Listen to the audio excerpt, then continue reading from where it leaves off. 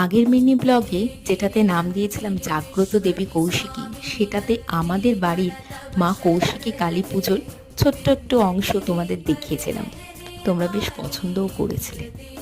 এইবার এই ব্লগে আমি বাকি পুজোর কিছু ছোট ছোট পার্ট তুলে ধরেছি, যাতে তোমরা পুরো পুজোটাই দেখতে পারো, যেখানে দেবী আরতি থেকে আরম্ভ করে 108টা প্রদীপ জ্বালানো, মায়ের ভোগ রন্ধন, সিঁদুর খেলা, সবই এখানে রয়েছে ছোট ছোট পার্ট।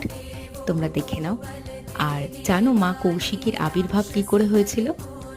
শুম্ভ নিশুম্ভ দুই অসুরকে বধ করতেই কিন্তু দেবী কৌশিকী আবির্ভূত হয়েছিলেন। মা পার্বতীর দেহকোষ থেকে এই দেবীর সৃষ্টি, তাই জন্যই তার নাম কৌশিকী। আর মহামায়েরই অন্যতম রূপ কিন্তু মা কৌশিকী কালী। প্রত্যেক বছরে অমাবস্যায় আমাদের বাড়িতে এই কৌশিকী মা কালীর আরাধনা করা হয়। ছোট্ট ব্লগটা ভালো লাগলে সাবস্ক্রাইব